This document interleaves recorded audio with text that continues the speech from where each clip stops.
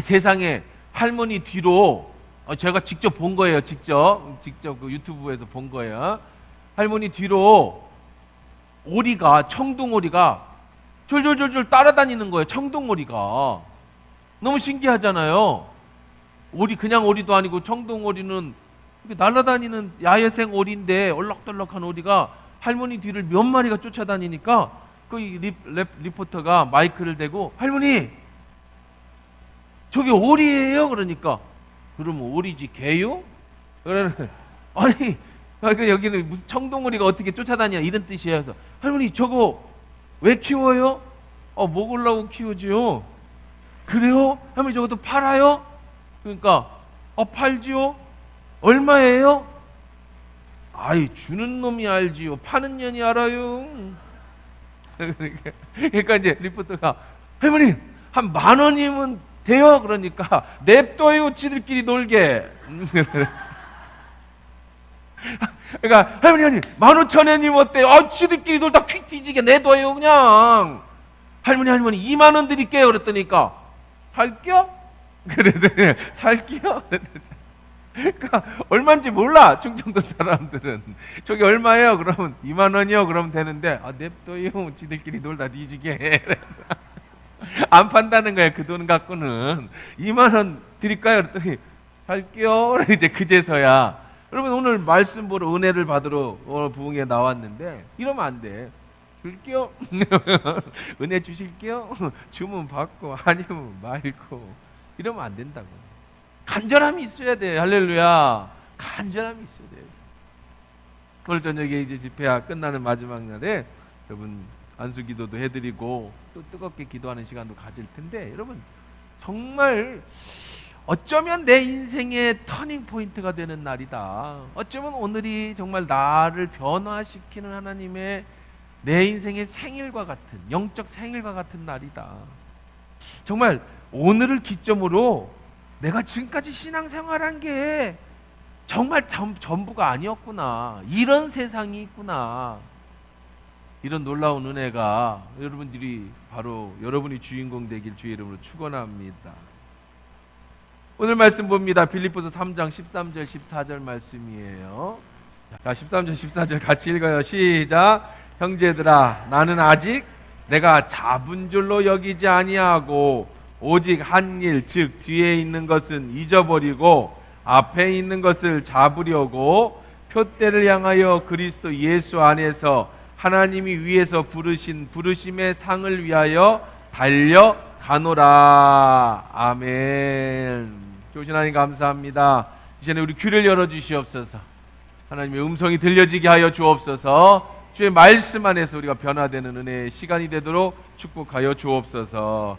예수님의 이름으로 기도합니다. 아멘.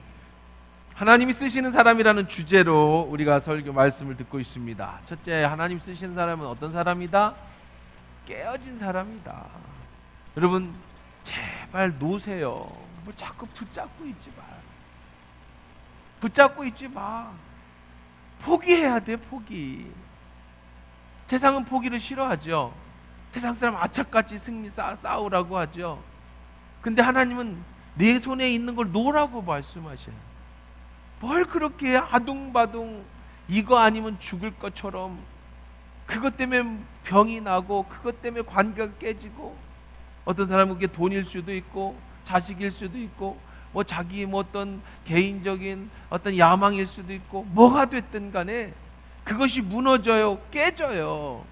근데 사실은 그 깨지는 게 바로 뭐예요? 하나님 쓰이는 사람이에요. 두 번째, 완전히 깨지고 나면 비로소 내가 누군지를 알게 돼요. 내가 누구예요?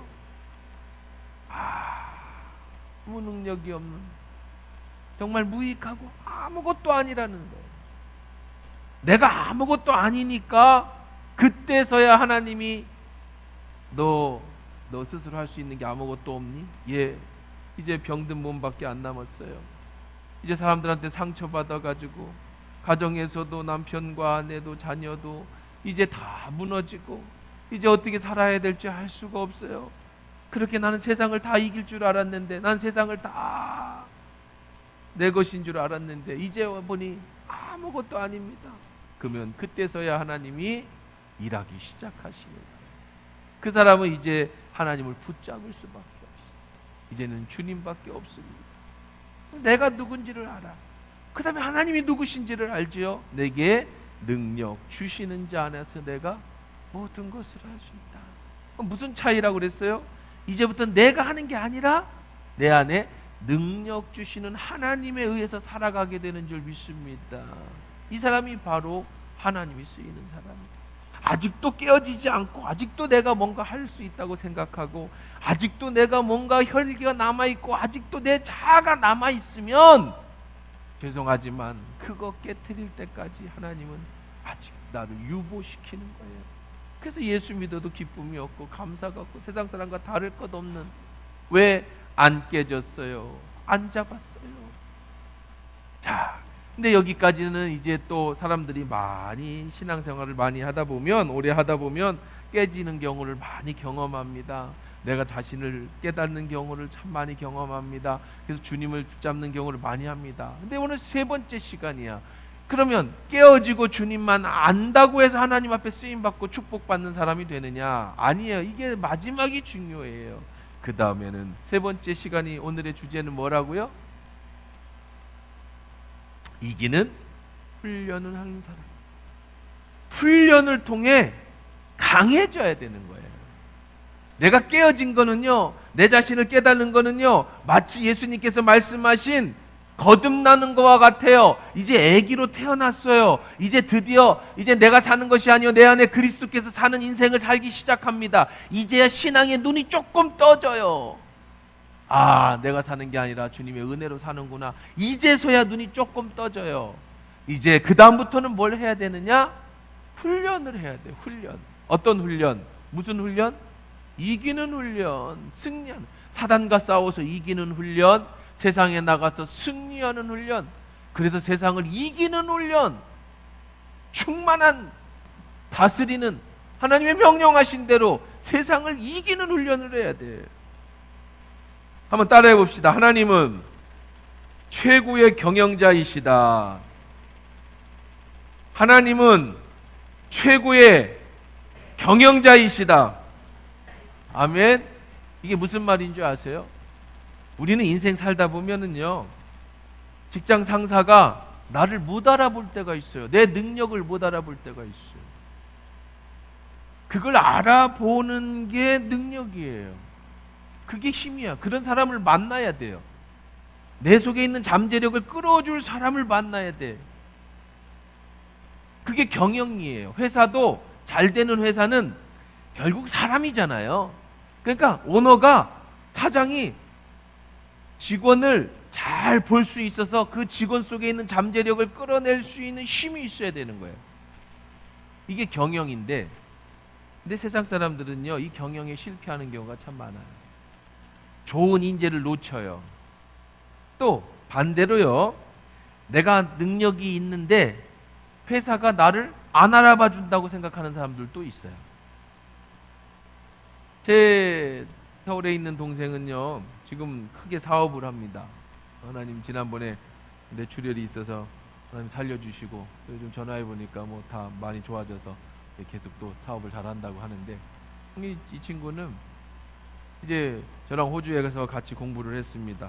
형 동생처럼 잘 지냈어요. 그래서 제가 먼저 나오고 거기서 영주권 받고 잘 살려고 했는데 참 기가 막히게 안 됐어요. 일이 정말 모든 게 다 갖춰줬는데 영주권을 못 받았어요. 좀 다 정말 이해가 안 될 정도로. 그래서 거기서 한 6, 7년을 더 살았죠. 애도 낳고 잘하고 살아서 한국에 돌아왔습니다. 한국에 돌아오니까 할 게 없어요. 영주권 받으려고 거기서 하고 그냥 공부하고 일하면서 살았는데, 그래서 하는 게 없어서 이제 어디 이제 취직을 했습니다. 처음에는 어떤 조그만 옷가게에, 가방 가게에 이렇게 영업하는 사람, 영어를 하니까 그 베트남에 있는 그 공장하고 왔다 갔다 하면서 그렇게 컨트랙 넣고 딱 하고 하는 그런 일들을 했어요. 아주 조그만한 그 회사입니다. 그래서 뭐 이마트에 애들 가방 납품하는, 손가방 같은 거 납품하는 조그마한, 직원이 뭐 한 20, 30명도 안 되는 그 회사에서. 그러다가 이제 한 1, 2년 있다가 이제 회사를 좀 이제 옮겨야겠다. 그래서 이제 그 친구 항상 우리 집에 와서 같이 기도하고 이렇게 매년 저희 집에서 한 일주일 있다가 하고 그랬었거든요. 두 번째 기도를 하더니 그러면 저 무역회사를 한번 취직해야 되겠다. 무슨 무역회사냐면 거기는 이제 설탕, 밀가루 이런 것들 수입해서 파는 무역회사를 들어갔습니다. 근데 하나님이 이 친구와 함께 하니까 요셉과 같은 친구예요. 열심히 하니까 매출이 이 친구가 들어간 날부터 그냥 회사가 툭툭 올라가는 거야. 그러니까 월급도 많이 올라고 그래서 좀 좋아졌어요. 근데 한 1년 지나고 2년 지나면서 또 우리 집에 와서는 목사님 이게 너무 회사를 못 다니겠대요. 왜 못 다니겠냐 그러니까 내가 벌어다 주는 돈이 1년이면 수십억인데 자기가 이렇게 지금 무역회사니까 내가 이렇게 가서 따다가 이렇게 회사하고 연결시켜줘서 해주는 게 수십억인데 우리한테 주는 돈이 나한테 주는 돈이 1년이면 몇 천이 안 된다는 거예요. 이게 너무 나쁘다는 거야. 내가 그걸 벌어다 준 돈이 많으면 그거에 대한 인텐시브를 많이 줘야 되는데 불만이 불만. 그래도 참고 잘 해봐라. 그래서 1년, 2년, 3년 이렇게 다녔는데 어느 날 오더니 안 되겠다고 나가서 창업을 해야겠다.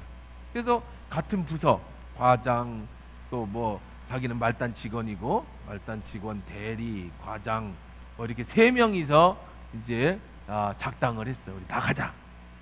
나가서 우리가 1억만 벌어서 나눠 먹어도 3천씩 먹을 수 있는데 우리가 수십억씩 여기다 갖다 주는데도 결국 우리한테 주는 거는 돈 얼마 안 주는데 우리 나가자. 근데 한 번에 나가면 이게 또 같은 동종 업종에서 거기서 하는 경쟁하는 건데 그러니까 이제 하나씩 나가기로 했어. 하나씩. 그래서 이제 이 친구가 제일 먼저 나가고 자기 이름으로도 회사를 차리면 안 되니까 자기 아내 이름으로다가 조그마한 회사를 하나 차렸어. 그리고 나서 좀 있다가 두 번째 과장이 나오고 그 다음에 대리가 나와서 이제 한 3, 4년 뒤에는 이제 또 회사를 차린 거야. 그러니까 경쟁 업체를 하나 이제 뛰어나간 거죠. 근데 좀 물론 이제 서로 이렇게 하는 것은 다른 일입니다만은 그러더니 이제 그렇게 한 10년도 넘었죠. 한 12, 13년 됐는 하여간 몇 년이 됐습니다만은 근데 지금은 자기가 나왔던 회사보다 더 큰 회사가 됐어요. 옛날에 100억 매출을 기도해 주세요. 그래서 몇 년 전이요. 그것도 한 7, 8년 전. 야, 100억 됐니? 그랬더니 아이고 100억이 언제 얘기해요? 그래. 와, 엄청나게 버는구나. 그러니까 만약에 그 사장이 이 일을 알아봤다면, 이 직원들을 알아봤다면, 인텐시브를 많이 줬다면, 아니면 회사를 하나 띄워주면서 자회사로 해가지고 그렇게 했더라면 그 회사가 얼마나 컸겠느냐고. 그러니까 사람을 못 알아보는 거예요. 몰라보는 거예요. 인재를 몰라보면 회사는 망하는 거예요. 반대로 내가 준비가 안 됐는데 맨날 자기는 뭐가 된 것 마냥 회사가 나를 못 알아봐 준다고 막 그러면서 쫓아내도 안 잡아. 근데 막상 나가니까 뭐해? 갈 데도 없고 할 데도 없어. 그것도 문제잖아요. 우리는 그런 생각을 합니다. 하나님 왜 나에게 복을 안 주실까? 하나님 왜 나를 안 써주실까? 하나님 왜 이 인생을 내가 이렇게 힘들고 어렵게 살아가는데 그냥 두고만 계실까? 자, 다시 한번 따라합시다. 하나님은 최고의 경영자이시다. 사람은 실수해서 못 알아볼 수 있어요. 나를 못 알아봐. 그런데 하나님은 실수하는 법이 없으셔. 하나님은 준비된 사람은 반드시 쓰신다는 거예요. 왜 안 쓰시느냐? 내가 준비되지 않았기 때문에 그래요. 직장을 구하는 사람들은 회사가 날 못 알아본다고 하는데 회사에서는 뭐라고 그래요? 쓸 사람이 없다고 하는 거예요. 왜? 준비된 사람이 없어요. 이 회사에 필요한 인재상이 없는 거예요. 그런데 하나님은 그렇게 실수하지 않으신다고요. 왜 하나님 나에게 큰일을 이루어주지 않고 하나님 나에게 복을 안 주냐고 불평하지 마세요. 내가 복 받는 사람이 되면, 내가 그렇게 준비되면 하나님은 반드시 내게 축복해 주시고 반드시 나를 통해서 하나님의 큰일을 이루시는 줄 믿습니다. 그러려면 내가 쓰임받는 사람으로 훈련돼야 돼. 깨지고 그 다음에 주님을 발견하면 그걸로 끝나는 게 아니라 그 다음에는 내가 주님의 일을 할 수 있는 사람으로 그 다음부터 하나님은 날 뭘 시키신다? 훈련을 시키시는 거예요. 그냥 되는 거 아닙니다. 고등학교 가서 대학을 가려면 열심히 공부를 하고 수능을 보고 성적에 따라 좋은 대학을 가는 것처럼, 공부하는 애가 좋은 대학을 갈 수 있는 것처럼요, 군인이 되려고 여러분 입대를 하면 제일 먼저 어디부터 보내요? 훈련소부터 보내서 훈련을 시켜서 짝대기 하나, 이등병 짝대기 하나 달 수 있게끔 훈련시키는 것처럼 우리가 하나님 앞에 복을 받고 하나님 앞에 주시는 축복을 누리려면 먼저 우리가 하나님 앞에 훈련받아야 돼요. 그 훈련을 두려워하면 안 돼요. 훈련 없이는 쓰임받지 못한다는 거예요. 제가 고등학교 시절에, 어제도 간증했습니다마는 제가 실업계 고등학교를 갔다고 그랬죠. 근데 저는 정말 하나님은 당신의 계획대로 사람을 만든다라는 걸 저는 정말로 인정하고 이해를 합니다. 왜냐하면 중학교 때 공부를 그렇게 잘 못했으니까 실업계 고등학교를 갔겠지요. 그렇죠? 그럼 뭐 잘했으면 거기 갔겠습니까? 어쨌든 집안도 어렵긴 했었지만. 그런데 신기한 게요, 저는 초등학교 2학년 3학년 아기 때부터 국어를 그렇게 좋아했어요. 공부를 못했는데 국어를 좋아했어요. 왜 그럴까? 그래서 우리는 옛날에 책을 받아오죠. 지금쯤 되면 이제 새학기 책을 주잖아요. 그 책 주는 날은 뭐 무거워요. 뭐 이렇게 뭐 국어부터 이렇게 해서 잔뜩 나라에서 주는 책을 주는데, 저는 그 책을, 국어책을 받아오면 밤새 국어책을 다 읽었어요. 그 해 배울 거를. 그 황순원의 소나기를 읽으면서 그 어린 나이에, 그게 몇 학년쯤 됐을까요? 5학년, 6학년. 얼마나 그걸 진짜로 이해하고 밤새 눈물을 흘렸어. 세상에 그 애틋한 수뇌보, 이 애가 그 애를 마지막까지 기다리며 풀잎을 묻은 것을 버리지 말고 그날 자기를 묻어달라고, 스웨터를 놓고 묻어달라고 하는 그거를 읽으면서 그냥 폭풍 눈물을 흘렸어. 그거 뭘 안다고? 중학교 1학년이 됐나? 중학교 때는요, 헌책방을 다니면서 정말 이해가 안 되죠. 공부를 못하는 내가, 공부에 관심도 없는 내가 헌책방에 다니면서 옛날 고전들을 사다가 읽었어요. 희한하잖아요. 희한해. 그거를 그렇게 좋아했어요. 수학, 영어는 안 좋아하고.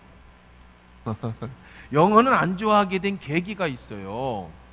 중학교 1학년 때인데 제가 공부를 못했어요. 초등학교 때 우리 부모님도 저한테 대해서 이렇게 공부를 강요를 하거나 가르쳐 주질 않았어요. 그래서 초등학교, 중학교 갈 때 보통은 이제 ABCD를 다 외워갖고 가거든요. 보통은 그렇게 해갖고 갔잖아요. 옛날에 중학교 가기 전에 ABCD, EFG 이렇게 쓰고 소문자, 대문자 이렇게 써갖고 갔어요. 최소 그거는 가지고 중학교를 갔는데, 저는 가보니까 나만 못 써. 딴 애들은 어떻게 알고 ABCD를 다 읽고 다 쓰고 가는지. 근데 나는 우리 집에서는 뭐 그런 거를 뭐 가르쳐 준 적도 없고 가르쳐 줄 사람도 없으니까 ABCD를 몰라서 그렇게 갔어요. ABCD를 모르니까 어렵더라고. 그래서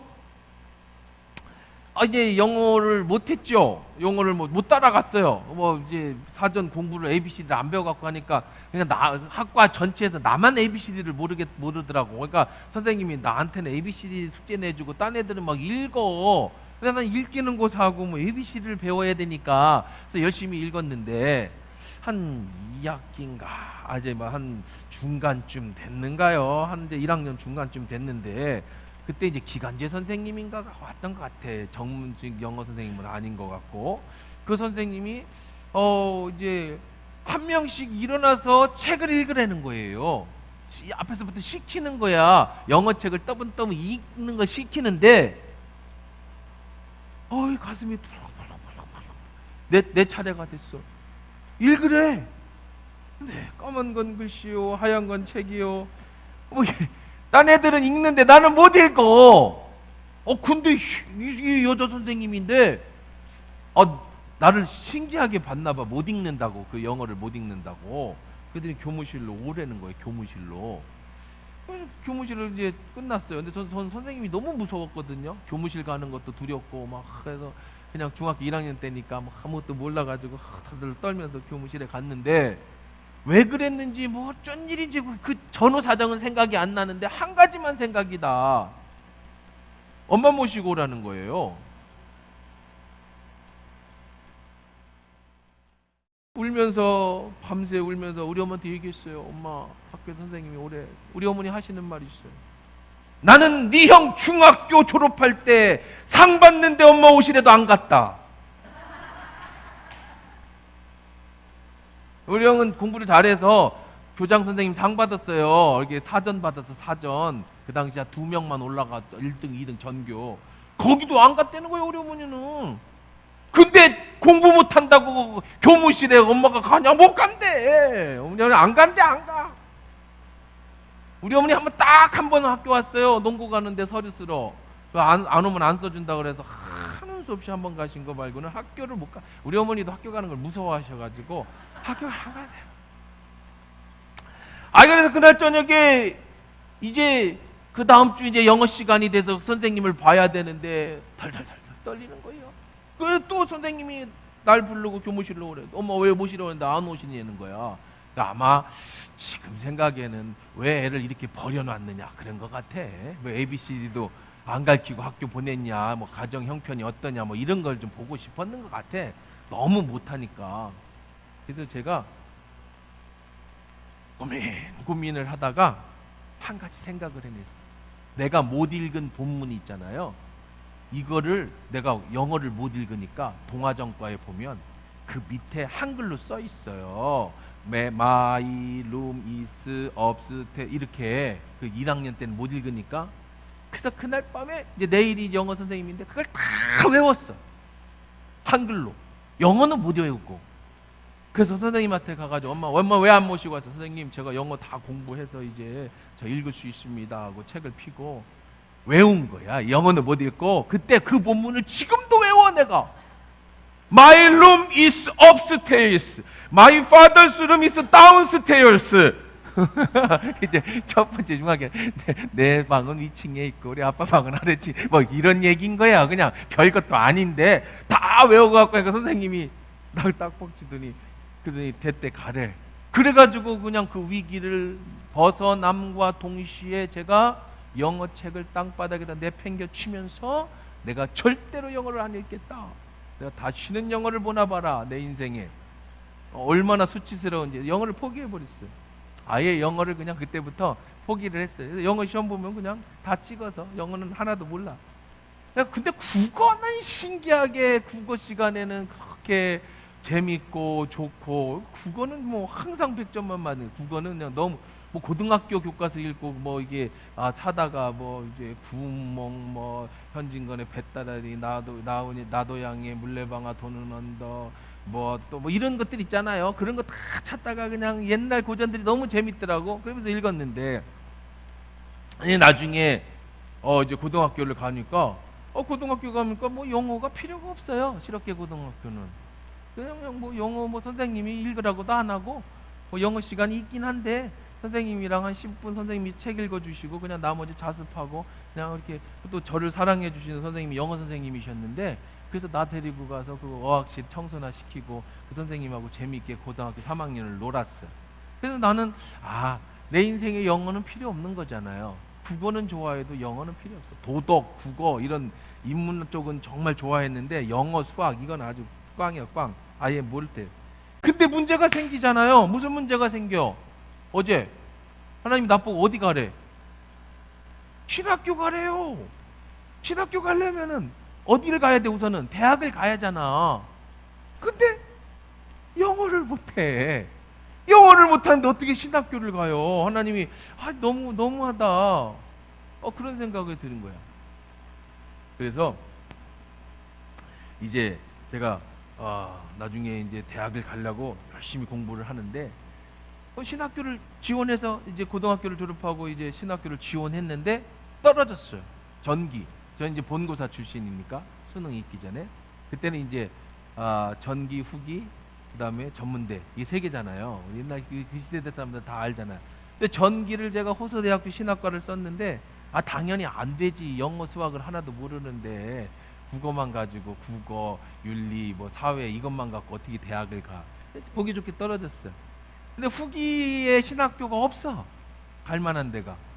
그래서 이제 이건 뭐 저기 할 수는 없고 그래서 그냥 전문대를 가야겠다. 근데 전문대는 다행히 국어하고 사회하고 윤리하고만 잘하면 5과목만 시험을 보니까 5과목만 시험 보는데 영어 수학은 포기를 하고 3과목만 해서 이제 가야겠다. 그래서 이제 다행히 그걸 해가지고 전문대는 갔어요. 그때는 뭐 여러분 보시기에 전문대는 별거 아닌 것 같아도 저희 때에도 전문대도 못 가는 사람이 태반이었어요. 가기 힘들었다고. 전기 떨어지고 후기 떨어지면 전문대인데 여기 떨어지면 재수. 그렇지 않고는 뭐 대부분 또 특히 실업계 고등학교는 지금은 실업계 고등학교 애들이 대학을 많이 가지만 우리 때는 실업계 고등학교는 아예 대학은 안 가는 학교인 줄 알았어요. 대학은 거의 안 가. 대학교를 뭐 가르치는 그런 과정도 없고. 그래서 전문대를 당연히 갔단 말이에요.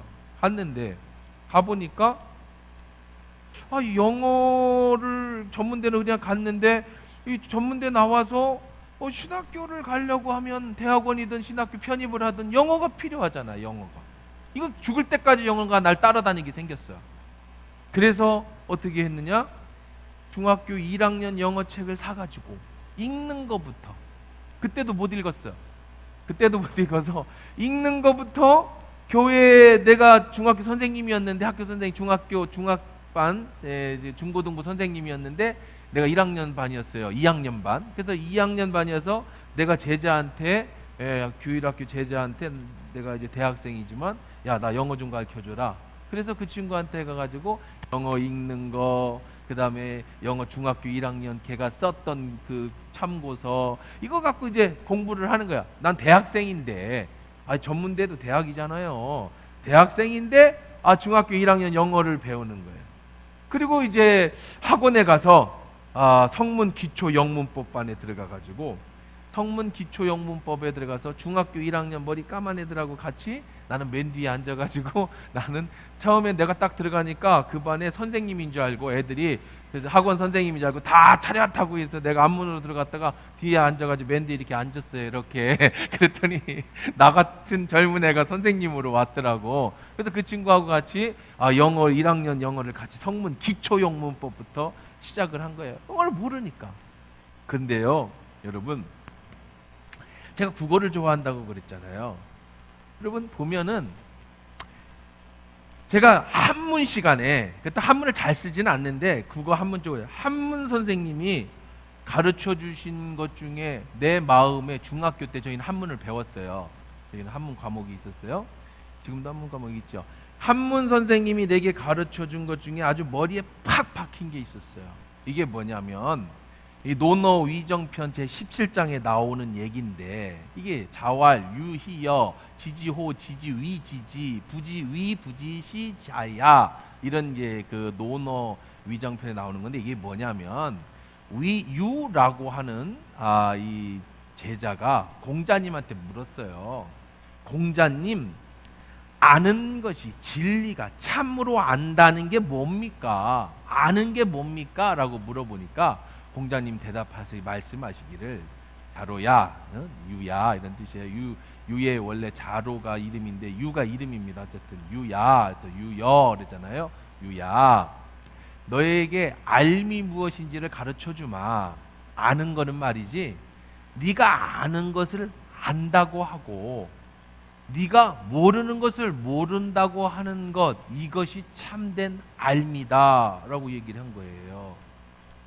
그때 이제 중학교 때 이걸 배우면서 저는 계속 이것을 이제 국어를 좋아하니까 뇌에 새기면서 되새기면서 살았는데 왜 대학교 가서 중학교 1학년들하고 영어 공부를 하면서도 위축되지 않았느냐면 내가 왜 중학교 내 제자한테 가가지고 영어 공부를 가르쳐 달라고 하고 걔 참고서한테 가서 창피하잖아요. 선생님인데 대학생인데 그렇게 할 수 있었느냐면 전혀 나는 그거에 주눅든 적이 없어요. 왜냐? 나는 몰라 영어를.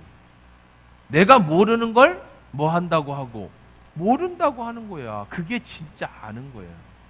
내가 아는 걸 교만하다고 생각하지 말고 누구에게 가르치세요.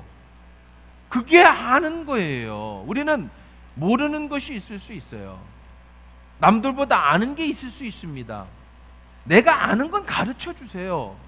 내가 모르는 건 모른다고 하세요. 그게 진짜 아는 거예요.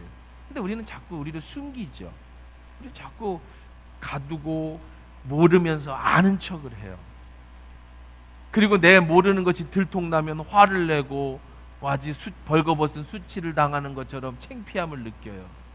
근데 그렇지 않아요. 모르는 건 모르는 거야. 나 영어 못해. 모르는 거예요. 근데 나는 신학대학원을 가야 돼. 대학을 가야 돼. 근데 영어 시험이 꼭 필요해. 그러면 나는 지금부터 중학교 1학년하고 성문 영문법을 가서 배워야 되는 거예요. 그래야 내가 그 길을 갈아갈 수 있는 거야. 하나님은요, 이렇게 정직하게 내 자신이 모르는 걸, 부족한 것을 하나님 앞에 내려놓고 그 다음에 정말 하나님 앞에 배우려고 하는 사람, 나를 준비시켜 주시고 나를 준비된 사람을 쓰시지, 아무것도 없으면서 아는 척하고 있는 척하는 사람을 쓰시지 않는다는 거예요. 하나님은 뭐 하신 분이다? 최고의 경영자이시라고요. 그래서 제가 그 2년간 그 공부를 했지만 안 되더라고. 영어라는 게 참 어렵더라고요. 그리고 나중에 군대 갔다 와서도 신학교를 갔는데 이 영어가 계속 발목을 잡아요. 그러면 신학대학원에 이제 대학을 이제 편입해서 갔죠. 대전에 있는 신학대학을 3학년 1학년으로 들어갔다가 이제 편입해서 하여간 복잡한데, 하여간 그래서 신학교를 다니면서도 그 전문대 때부터 군대 때부터 계속 영어를 했으니까 많이 늘었을 것 같은데도 어렵더라고요. 많이 어려워. 그래서 더 영어를 해야겠다. 내가 모르니까. 그래서 유학을 간 거예요. 영어 공부하러 간 거예요. 영어 공부하러. 시작은. 지금은요, 전 통역도 합니다.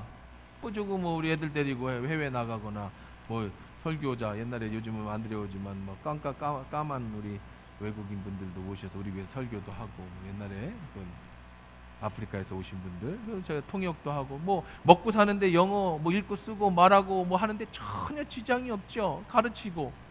근데 저는 고등학교 졸업할 때까지 영어를 못 읽었던 사람이라니까. 왜? 나는 관심이 없었어. 내가 돈 버는데 영어가 아무 의미가 없었기 때문에 안 했던 거예요. 근데 필요하니까 하는 거죠. 여러분, 내게 부족한 것이 있으면요, 여러분 지금도 하셔야 돼요. 뭐든지 여러분이 공부하고 싶고 배우고 싶은 것이 있으면 하세요. 하나님 앞에서 여러분들 부족하다고 느끼는 건 자꾸 해야 돼. 여러분, 우리 몸이 근육이 자꾸 생겨야 힘이 있는 것처럼요, 믿음도요, 우리 믿음도 이제부터는 훈련돼야 돼. 훈련. 여러분, 믿음이 그냥 예수 믿었다고, 여러분 깨어졌다고, 어제 예수님을 만났다고, 어제 성령님을 체험했다고 여러분 믿음이 그때 그게 완전히 세워지는 게 절대 아니에요. 그 다음부터요, 믿음은 어떻게 크냐면은요, 여러분 잘 보십시오. 우리들의 신앙은요, 우리 믿음은 어떻게 크냐면 계단으로 커요. 계단. 이렇게 크는 게 아니에요. 어느 날 갑자기 이렇게 믿음이 생기는 게 아니에요. 믿음은요, 태어나기를 딱 우리가 거듭났어요. 예수님을 만났어요. 내가 깨어졌어요. 예수를 만났어요. 이제부터는 여러분 믿음이 한 단계씩 커요. 한 단계씩. 요 단계마다 뭐가 필요한지 아세요? 계단 한 단계 한 단계 뭐가 필요한지 아세요? 훈련이 필요한 거예요. 그래서 하나님은 그 단계 여러분 훈련을 시켜요. 그러면서 믿음이 자라는 거예요. 하나님 앞에 쓰임 받으려면 훈련을 두려워하면 안 돼. 하나님은 왜 나에게 이렇게 어려움을 주시느냐고요? 옛날에 깨어지기 위한 어려움이었다면 지금의 어려움은 나를 뭐 하기 위해서 훈련시켜서 하나님의 사람으로, 믿음의 사람으로 뭐 하는 과정이에요? 만들어가는 과정이에요. 만들어가는 과정.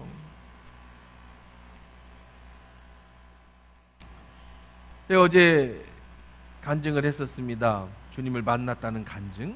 자, 예수님을 만나니까요, 은사를 받으니까 정말 바울처럼, 바울이 다메섹에서 가다가 말에서 떨어지고 그 예수님을 만난 것처럼 정말 내 인생에 그렇게 익사이팅하게 예수님을 만났다는 사람을, 내가 태어나서 나처럼 예수님을 만났다는 사람을 본 적이 없어요. 대부분 뭐 은혜 받았다, 뭐 기도원 가서 뭐 이렇게 하지. 정말 아예 그렇게 인격적인 예수님이 찾아오셔서 천국 지옥 보여주고 은사 주고 그래서 사람을 완전히 180도 뒤집어 놨다는 사람을 본 적이 없는데 저는 그런 사람이었습니다. 자, 그 다음부터는요, 제가 완전히 바뀌었어요. 제가 고등학교 때 농업고등학교를 다니다 보니까 친구들이 아주 거칠어요. 많이 거칩니다. 거친 정도가 아니라 전국에서 제일 거칠었어요, 그 학교가. 왜냐하면 어느 정도로 거칠었냐면요, 그 당시에 우리나라가 언제 87년도, 86년도, 88년도니까 아주 뭐 주목들이 아직 남아 있었을 때입니다.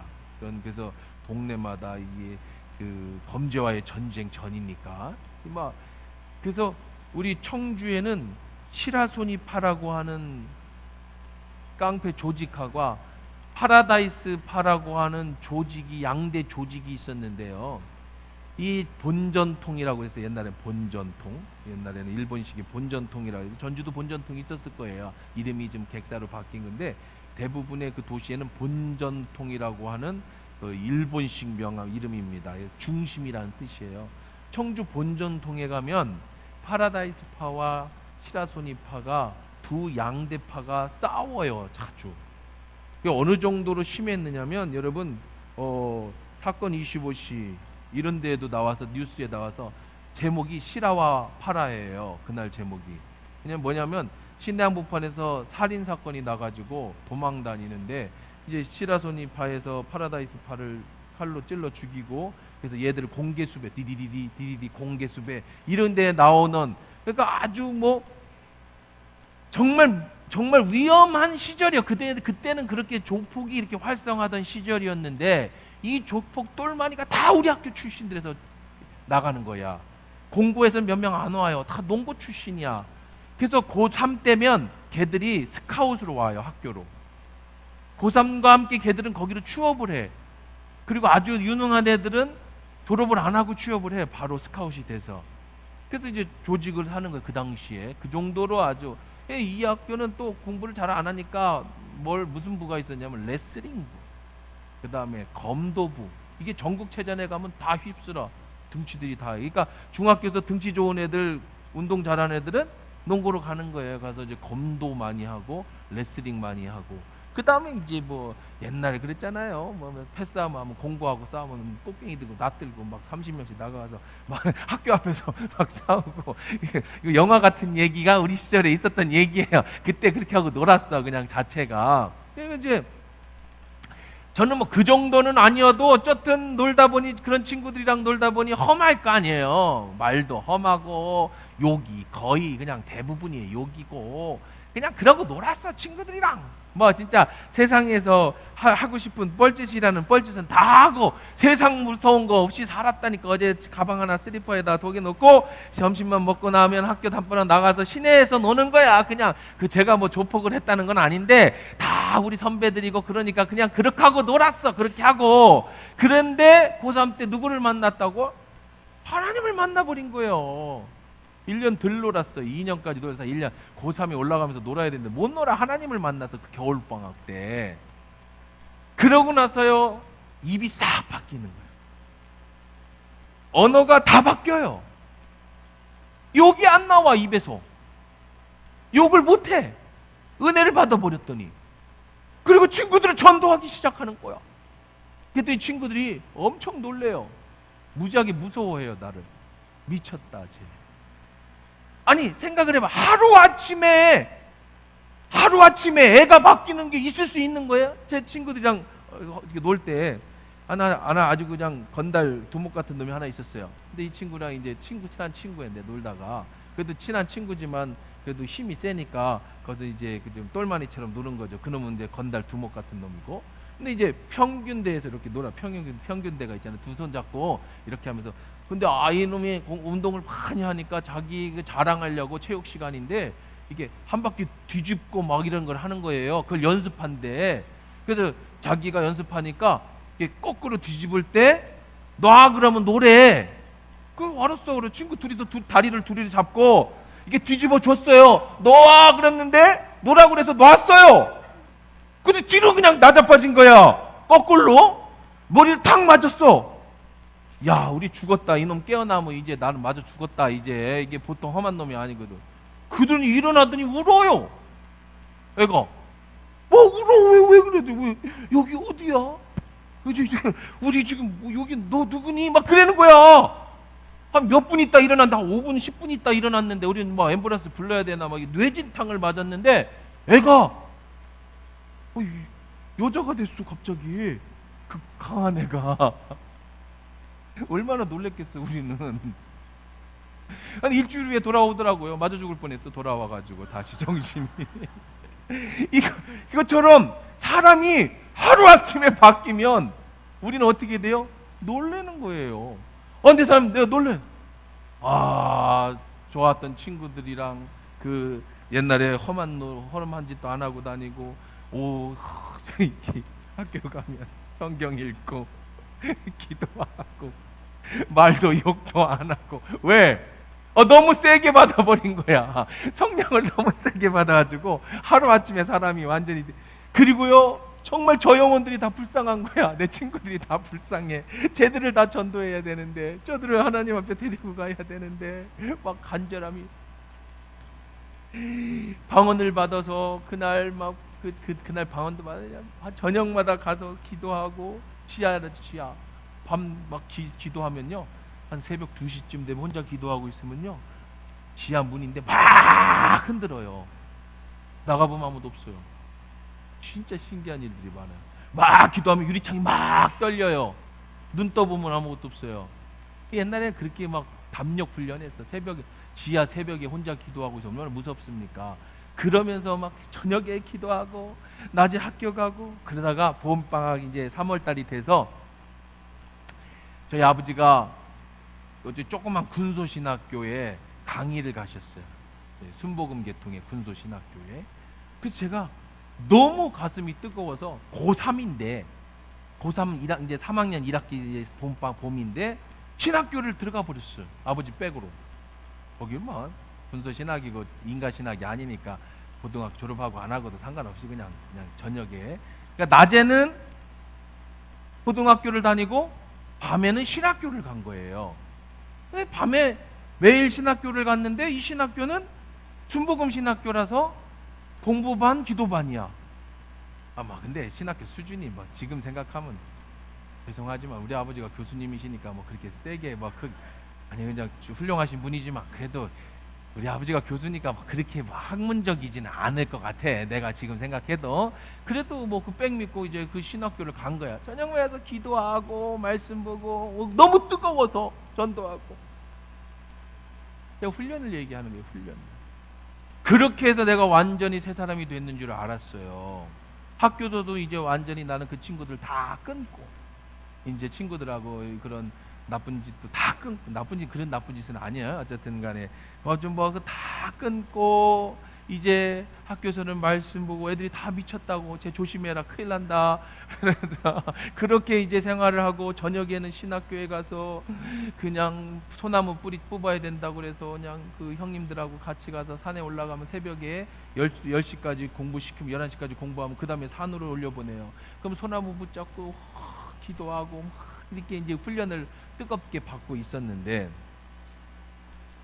1학기 마지막이 됐어요. 1학기 조금 일찍 종강을 하잖아요. 대학교는 고등학교보다. 저는 학교 다니까 한 두세 달 학교를 다닌 거지. 1학년을 이제 거의 다녔는데 마지막 종강 파티를 한대. 대학생들이니까 신학교 학생들이. 그래서 저는 못 간다. 내일 학교 가야 된다. 그래서 이제 종강 파티를 못 한다고 하니까 제가 참 좋아하던 형님이었는데 제가 따르던 형님인데 너 못 와? 그래서 왜 못 가요? 얼마나 예뻤겠어. 막내 같고. 그러니까 이제 고등학생 이 한마디에 제가 충격을 받았어요. 엄청난 시험을 받은 거야. 엄마 젖이나 더 먹고 와 이놈아 그런 거야. 난 나름대로 신학생인데 저녁마다 성령 부르짖고 막 기도하는데 내일 못 온다고 학교 가야 된다니까 엄마 젖이나 더 먹고 오라고. 그러니까 아마 장난으로 친하니까 했겠지. 그때 내 머리를 탁 맞았어. 내가 너무 일르구나. 내가 너무 일르구나. 하나님의 일도 나이가 있지. 이제 18, 19살 됐는데 그 은혜 받았다고 고3인데 지금 이 신학교에 와서. 그래서 그날로 제가 자퇴를 했어요. 안 다니겠다.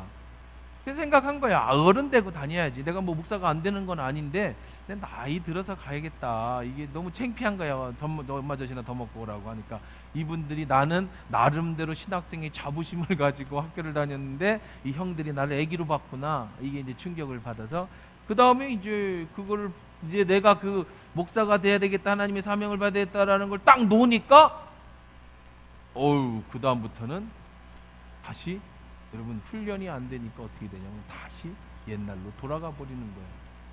그게 돼요? 성령 받고 뭐 하나님 나라 보여주시고 뭐 진짜 불로 세상에 나같이 은사를 받은 사람이 없는데 시험 들고 시간이 지나니까 옛날로 돌아가 버리는 거예요. 기도 생활 안 하고 말씀 안 보고, 그러니까 다시 누구들이랑 어울려? 옛날 친구들이랑 다시 어울려.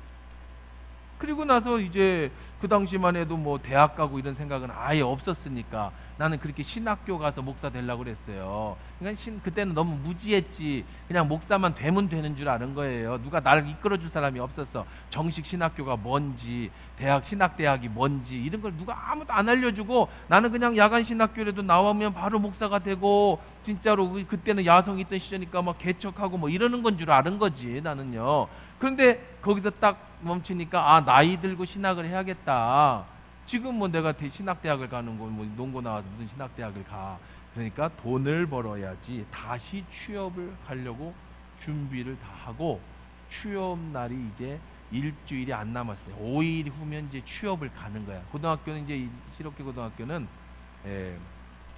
한 학년을 이제 3학년 1학기를 하면 2학기는 공부를 안 하고 취업을 내보냈어요. 옛날 그걸 그냥 공부하는 걸로 해준 거라고. 그래서 이제 2학기 제가 취업을 가려고 이제 일주일이 채 안 남은 날이에요. 그냥 친구들이랑도 그날 재밌게 놀던 시절이었는데, 저하고 놀던 그 검도 선수, 뭐 레슬링 선수, 뭐 이런 애들이 소년체전을 나가던 날이에요. 소년체전을 해서 소년체전을. 그러니까 뭐 학교에 뭐 몇 명 이제 찌끄리들만 남아 있는 거지. 운동 잘하고 힘쓰는 애들은 다 소년체전 갔고. 그래서 이제 내가 있었는데 그날 정말 말 같지도 않은 거예요. 말 같지도 않은 어떤 사건이, 집에 가는 중에 꼬맹이 하나를 팼어. 그러니까 나보다 몸도 작고, 근데 이놈이 하도 까불길래 다시 옛 성품이 돌아온 거지. 그래서 그냥 별것도 아니야. 떡볶이 내놓으랬는데 안 내놔갖고 빼렸어요. 그냥 떡볶이 먹길래 내놔 그런데 안 내놔갖고 팬 거예요. 학교 폭력이지. 내가 팬 거야. 떡볶이 안 내놨다고. 그래 막 진짜 뭐 우습잖아. 별것도 아니잖아요. 그래서 그냥 그래서 힘껏 때려줬어. 떡볶이 안 줬다고. 얼마나 나쁜 짓을 한 거야. 또 그렇게 은혜 받고 나서. 그래서 이제 그냥 뭐 난 아무렇지도 않게 이제 또 집에 왔어요. 그때 뭐 흔하게 우리 시절에는 그냥 폭력이 흔하던 시절이야. 학교 뭐 방과 후 옥상이 흔하던 시절이야. 그렇다고 내가 막 깡패짓을 한 건 아닌데 그날 그런 거야. 그날 평상시는 안 그런데. 근데 우리는 3년을 같이 다녀요. 1, 2, 3학년이 같은 과니까. 그러니까 아주 친해. 그런데 이제 떡볶이 갖고 그냥 다툰 거야. 내놔 하고 싸운 게 아니고 그냥 떡볶이 좀 달라는데 안 준다. 이거 이 새끼 뭐 이쪽 하다가 그냥 팬 거예요. 뭐 내가 깡패처럼 달란 건 아니고. 어쨌든 그래 잊어버렸어. 뭐 싸울 수도 있지. 우리는 흔하게 싸웠으니까 옛날에. 그래서 이제 점심시간이 됐어요. 뭐 그냥 뭐 아무 일도 없이 점심시간이 됐는데 반장이 나하고 친한 친구야. 친한 친구. 근데 이제 노는 물이 좀 다르지. 난 등치가 커서 저는 뒤에서 놀았고 걔는 앞에서 놀던 애. 근데 자기가 꼭 할 얘기가 있는데 가서 뭐 상담 좀 해달라고 어쩌고. 그래서 그냥 점심 문제 시간에 이제 우리는 학교가 겁나 커요. 엄청나게 커. 학교가 땅 부지가 막 진짜 운동장을 가로지르면 이제 소 막사가 나와요. 소 몇백 마리 키우는데 그걸 지나면 돼지 막사가 나오고, 그걸 지나면 닭 막사가 나오고, 이쪽으로 지나가면 나무를 막 심고, 막 부지가 옛날 거기가 그 충북 대학교 자리야. 충북 대학교 자리. 거기서 있다가 충북 대학을 옮기고 거기는 이제 농구가 들어온 거니까 일정 시대부터 농고 고등학교가 있어서 100년, 내가 다닐 때 100년이 지난 학교였으니까요. 일제 건물이 있던 시절이니까 땅이 얼마나 넓겠어요. 나름 유명한 학교예요. 우리 아버지도 거기 나왔어요. 저기야 그래요. 우리 딸이 요즘 농구 선생으로 가더라. 우리 집안은 농구하고 무슨 막 엄청난 인연이 있는 것 같아. 그래서 이제 운동장을 가로질러 가지고 이제 닭 가금사를 갔는데 가니까 그 나하고 다른 게 무리들이죠. 그러니까 앞에서 놀던 꼬맹이들 무리들이 다 몰려 있는 거예요. 그러니까 이놈이 어제 맞고 열이 받아갖고 이제 자기 친구들을 모아가지고 날 부른 거지. 근데 거기를 가지 말았어야 되는데 내 친한 반장놈이 얘기해가지고 내가 모르고 갔더니 10여 명이 모여 있는 거지. 나 혼자 갔는데 다 풀무장을 했어. 장갑에다가 뭐 말도 쇠도 받고 무기도 들고 나만 끌려간 거야. 그러고 맞기를 시작했어요. 두드려 맞기 시작하는데 많이 맞았어. 많이 맞았어요. 이제 죽을 만큼 맞았어. 그냥 그날 보고 이제 내 친구들은 다 저기 나갔고 하여간 날 잡은 거지 평상시에. 그래서 하여간 그걸 맞고 이제 점심시간이 끝났어요. 점심시간에 맞았으니까 나 혼자 버려놓고 갔어. 친구들은 다. 그래서 간신히 정신을 차리고 끊어진 슬리퍼를 한 짝 들고 이렇게 운동장을 가로질러서 수학 시간인가 그때 무슨 시간이었는데 뒷문을 내가 쫙 영화처럼 뒷문을 쫙 열고 나와! 그랬더니 그 선생님이 또 이게 뭐야? 그랬더니 그래서 빨리 병원 가봐. 꼬리 이게 지금잖아요. 그래서 이제 빨리 병원 가. 반장! 나 이제 저기 한 놈 있잖아. 배신한 놈이. 반장! 쟤 데리고 빨리 병원 가. 반장님이 미안해 정말 미안해 막 너는 사람도 아니다. 그런데 둘이 이제 날 끌고 이제 병원을 간 거예요. 이제 학교 또 운동장을 가로질러서 대문을 통과해가지고 내과병원까지 갔어. 내과병원에 가니까 이제 그 의사가 왜 그러냐 해서 싸웠다고 그러니까 이제 어디가 아프냐, 제일 아픈 데가 어디냐, 배가 아프다고. 그러니까 얘들이 뭐 청진기 대보고 얘들이 가서 화장실 가서 소변 받아오라고 소변 받아오더니 야, 너 큰일 났다. 장이 터졌다. 피에 오줌에서 피 나온다. 너 빨리 큰 종합병원으로 가야 된다는 거예요. 그게 뭐 차비가 있어, 뭐가 있어. 그냥 운동장 슬라카 끊고 이렇게 둘이서 그렇게 왔는데 또 둘이서 그냥 개 부축 받고 이제 학교로 들어가서 교무실로 가가지고 담임 선생님한테 가서 왜 왔냐? 제가 이제 싸워가지고 병원 큰 병원에 담임 선생님이 깜짝 놀래가지고 이제 뭐 택시비 줘갖고 이제 학교 폭력인 거지 이제. 그래서 또 택시 타고 그 당시에 이제 종합병원으로 갔어요. 근데 무식해. 둘 다 무식해. 큰 병원에 가랬으니까 큰 병원에 가서 접수를 했어. 왜 왔냐? 배 아파서 왔다니까 내과 가서 앉아 있으라는 거예요. 내과 가서 앉았어. 손님도 없는데 환자도 없는데 안 불러. 아파 죽겠는데 안 불러. 야, 가서 얘기해봐. 왜 안 부르나? 그래서 갔더니 선생님 수술 들어갔다고 좀 있으면 나올 때까지 기다리래. 외래 환자는 수술 끝나고 본다고. 몇 시간을 앉았는데 안 불러. 그래서 내가 갔어. 아이고 나 죽겠는데 선생님 어떻게 좀 해주세요. 그랬더니 뭐더니 죽겠으면 응급실로 가지 왜 여기 앉았어요? 그러는 거예요. 처음부터 응급실로 가야지. 빨리 큰 병원 가래서 응급실로 가야 되는데 둘이 똑같아. 나나 반장이나 애가 고3에 띠띠 해가지고 가서 병원 가라니까 그냥 접수하고 내과에 앉아있는 거야. 계속 이거 언제 불러나 하고. 그게 한 5시가 은퇴는 5시 6시가 다 된 거예요. 그 시간이. 저 응급실로 가래. 그래서 또 응급실 가도 되는 거예요. 난 속으로 야 응급실은 뭐 이렇게 피투성이 되고 뭐 교통사고 환자들 가는 거 아니야? 넌 배 좀 아플 때 이거 갖고 응급실 가나? 그리고 또 부축해서 아플 때 가라니까 간호사가 가라니까 어떻게 갔죠. 가서 그랬더니 이제 응급 환자면 딱 선생님이 나오잖아. 너 왜 그러냐? 그랬더니 아니요 아까 싸웠는데요 배 아파가지고 소변에서 피 나온다고 큰 병원 가래서 여기 왔는데 그랬더니 갑자기 누워! 오더니 양복이 눕고 막 의사를 부르고 막 사방에서 막 와가지고 막 갑자기 중환자가 돼가지고 막 끌고 들어가는 거야 어디로. 그러더니 배를 까고 나중에 내가 언제 그걸 또 봤냐면요. 우리 애기 임신해가지고 와이프 배에다가 그걸 뭐 케찹 뿌리는 걸 그때 봤어. 내 배에다 케찹을 막 뿌려. 하얀 케찹을. 그러더니 뭐 이런 거 이제 마우스 갖다 막 비벼보더니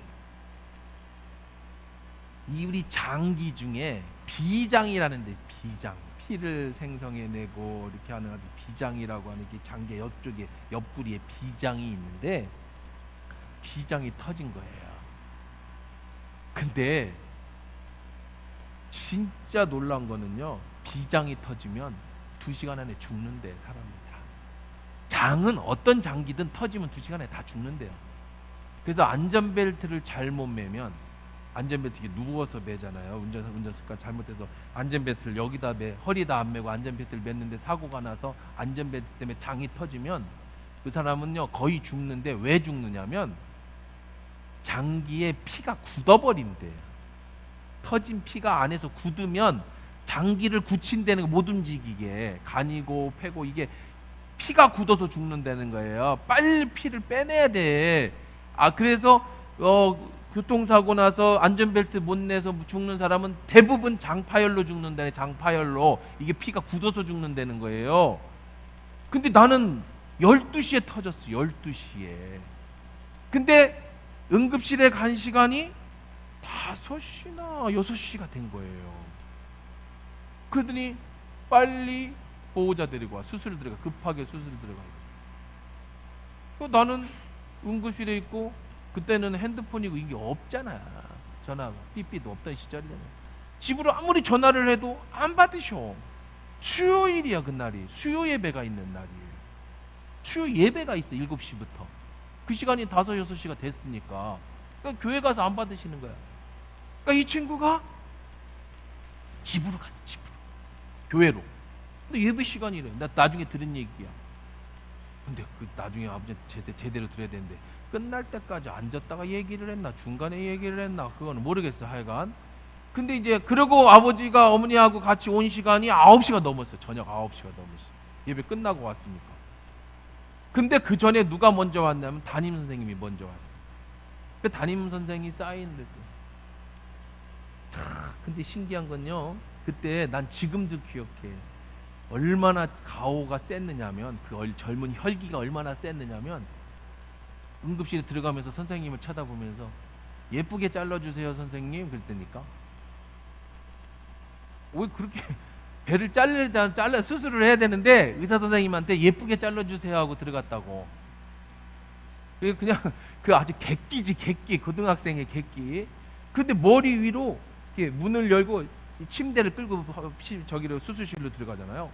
쾅쾅 하는 거예요. 쾅쾅 이렇게 문 열면서, 이게 쇠문인데 쿵쿵쿵 하고 들어가면서 수술을 시작하는데, 의사가 확률은 반반이다.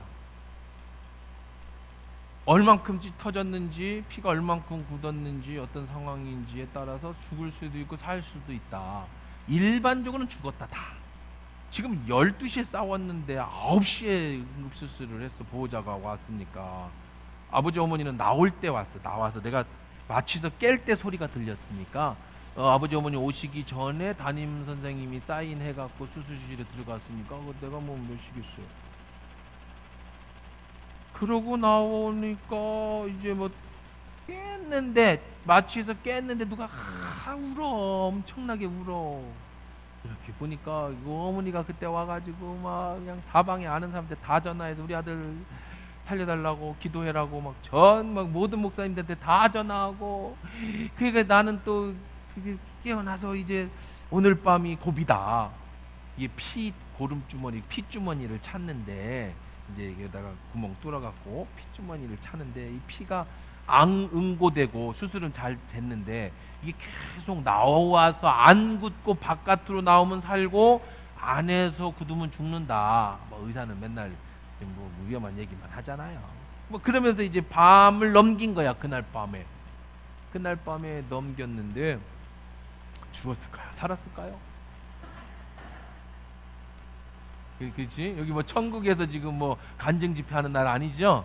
그러니까 뭐 살긴 살았는 것 같아. 근데 그날부터 그냥 고생이 시작이야. 왜 이렇게 면회들을 많이 와? 아버지가 얼마나 연락을 많이 해놨는지, 이 목사님 저 목사님 우리 아는 사람들 다 와요. 그 다음부터 나는 죽겠는데 이 무용담을 1시간씩 얘기해. 우리 아들이 싸웠는데 어쩌고. 그래서 나중에 어머니 좀 그만 좀 얘기하시라고, 나가서 좀 얘기하라고, 나 죽겠다고. 그러고 나서 병원에서 거의 한 달 가까이를 이제 거기서 치료를 받은 거예요. 주일날이 그날 이제 수요일날 그랬죠. 수요일날 그러고 주일날 아침이 됐는데, 그때만 해도 뭐 내가 은혜 받고 뭐 그런 거 몰랐잖아. 근데 다 잊어버렸어. 벌써 6개월 만에 나는 옛사람이 돼버린 거예요. 이제 그래 친구들이랑 그러고 놀다가 싸웠으니.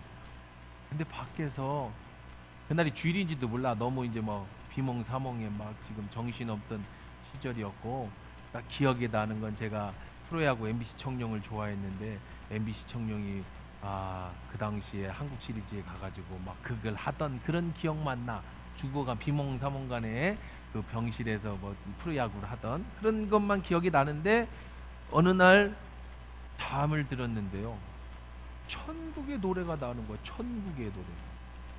너근심 걱정 말아라, 주 너를 지키리,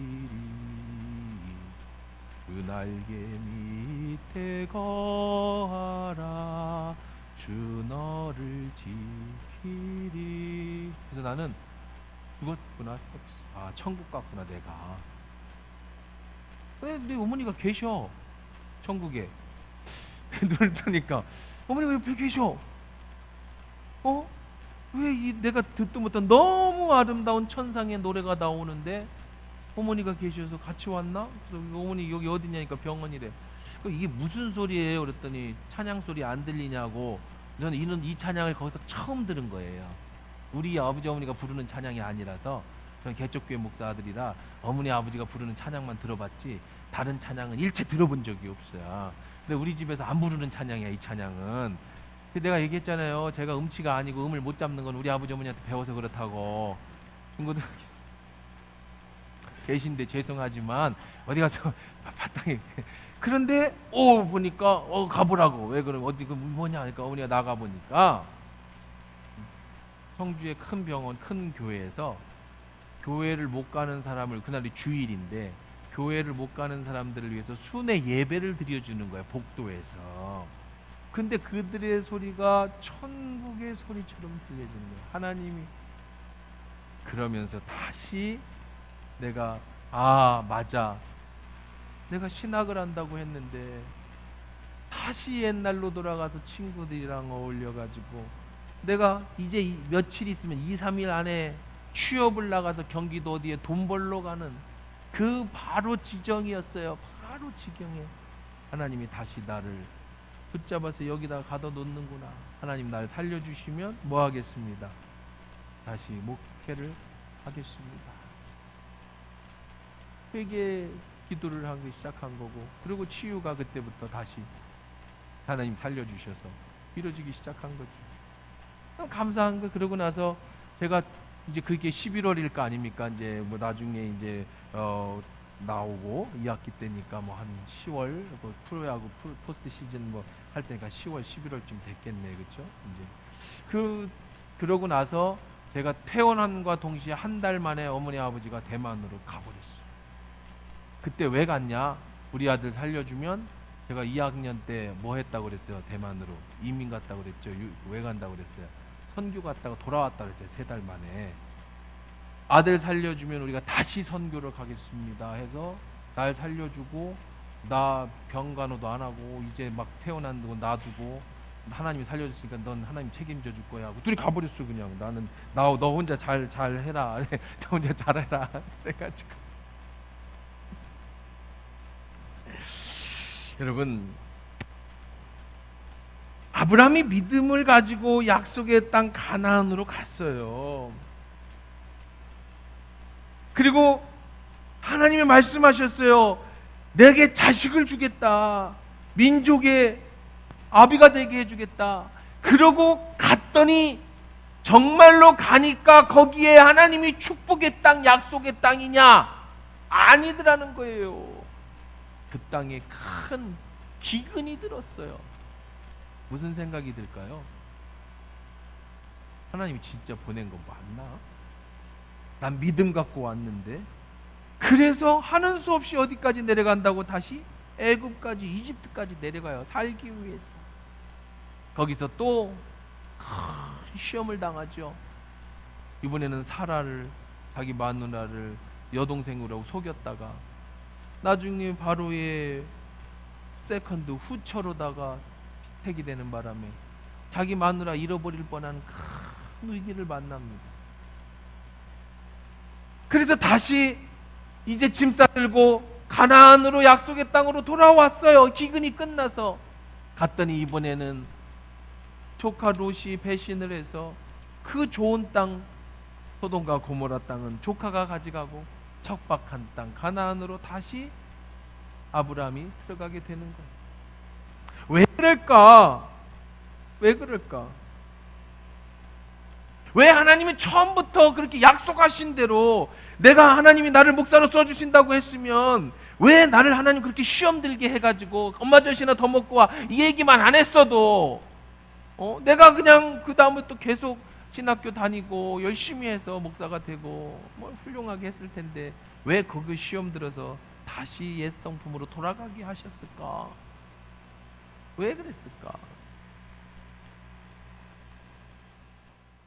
신앙생활하면서 목회를 하다 보면 가끔요, 어떤 분들이 은혜를 받습니다. 부흥의 은혜를 받든지 하나님 어떤 개인적인 은혜를 받든지, 그러면 크게 헌신하는 분이 계세요. 사실 개척하면서 뭐 이거 다 헌신해서 낸 거 아닙니까? 반대상을 헌신하고 피아노도 헌신하고 뭐 별의별 거, 뭐 에어컨도 헌신하고 뭐 그 건축 리모델링도 누군가 다 헌신할 거 아닙니까? 정말 과분하게 내가 보기에 그 집이 참 어려운 집인데 돈도 없는데 하나님 앞에 크게 헌신을 해요. 그럼 제가 그분을 아니까 기도를 합니다. 하나님 꼭 복을 주셔야 됩니다. 정말 어려운 가운데 주님 앞에 헌신했습니다. 그런데 얼마 있으면은요, 다 그런 건 아닌데 어려움이 와요. 그죠? 건강에 어려움이 오기도 하고, 관계에 어려움이 오기도 하고, 사업에 어려움. 너무너무 가슴이 아파. 아니, 주님을 위해서 헌신했어요. 할 수 없을 만큼 정말 믿음의 결단을 보였어요. 그러고 나면 하나님이 복을 주셔야 되는데 어려움이 오더라니까요. 그럼 내가 할 말이 없어요. 목사로서 뭐라고 얘기를 해요?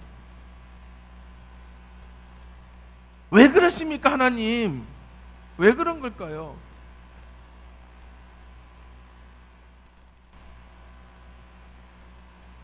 내가 신학하고 이제 목사 되겠다고 열심히 헌신하고 밤마다 새벽에 가서 산에 뿔뿔이 받고 밤에 들어가서 철야기도 귀신하고 싸우고 영적으로 막 충만해가지고 그렇게 내가 했으면 하나님 계속 그런 식으로 해서 정말 세계적인 부흥사를, 그때부터 신학교가 문제예요. 은사 주시고 능력 주셔서 그때부터 불러 크게 써주시면 되지.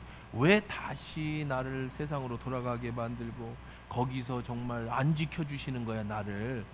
응? 물론 죽을 수밖에 없는 살려주신 건 감사하지만 왜 상처를 받고 매 맞게 하고 터지게 하고 그래서 다시 나를 그렇게 만드시는 거냐고. 주님을 위해서 살겠다고 했는데, 날 그렇게 사랑한다고 했고 날 위해서 꼭 목사가 돼달라고 하나님이 그렇게 얘기해 놓고 왜 한다는 나를 이렇게 어렵고 힘들게 만드냐고요. 어느 날 제가 그런 걸 놓고 하나님 앞에 기도했습니다. 하나님, 왜 주를 위해서 헌신하는 사람에게 하나님 고난이라는 시간을 주십니까? 복을 주셔도 시원찮은 판인데요. 그때 하나님이 이렇게 말씀하십니다. 그 사람의 헌신이 진짜인지 아닌지 시험해 봐야 한다.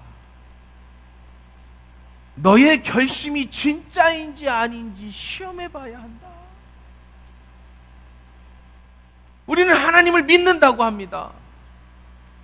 믿습니다. 하나님을 믿습니다 합니다. 여러분 생각해 보세요. 하나님이 여러분을 믿으십니까? 하나님이 나를 믿으십니까? 하나님 여러분 믿으세요? 우리는 하나님을 믿어요. 전지전능한 하나님을 믿어요. 내 병을 치료해 줄 하나님을 믿어요. 나를 건강하게 해주실 하나님을 믿어요. 내 사업을 잘 되게 해주실 하나님을 믿어요. 내 자녀 잘 되게 해줄 걸 믿어요. 근데 하나님은 여러분을 믿을까요? 아브라함이 갈대 우르를 떠났어요. 가나안에 가라고 했어요. 기근이 왔어요. 내굽으로 내려갔어요. 마누라 잃어버릴 뻔했어요. 돌아왔어요. 애로 자기 조카한테 큰 시험에 상처를 받았어요. 그래도 너는 여전히 나를 신뢰하니?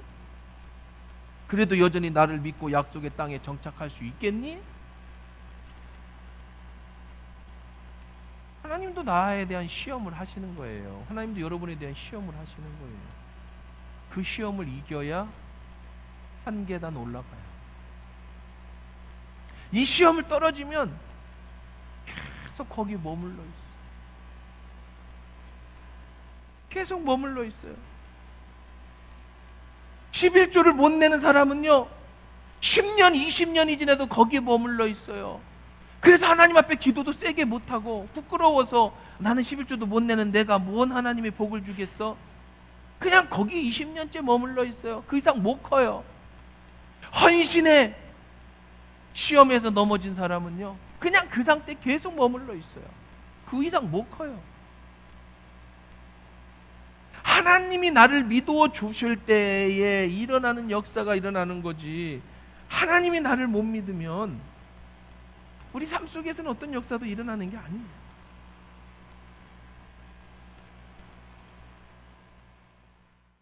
시간이 지나면서 알게 됐습니다. 우리의 믿음은 훈련으로 강화되고 그 훈련을 통과하고 나서 한 단계 한 단계 성장한다는 것을 그제 알게 된 거죠.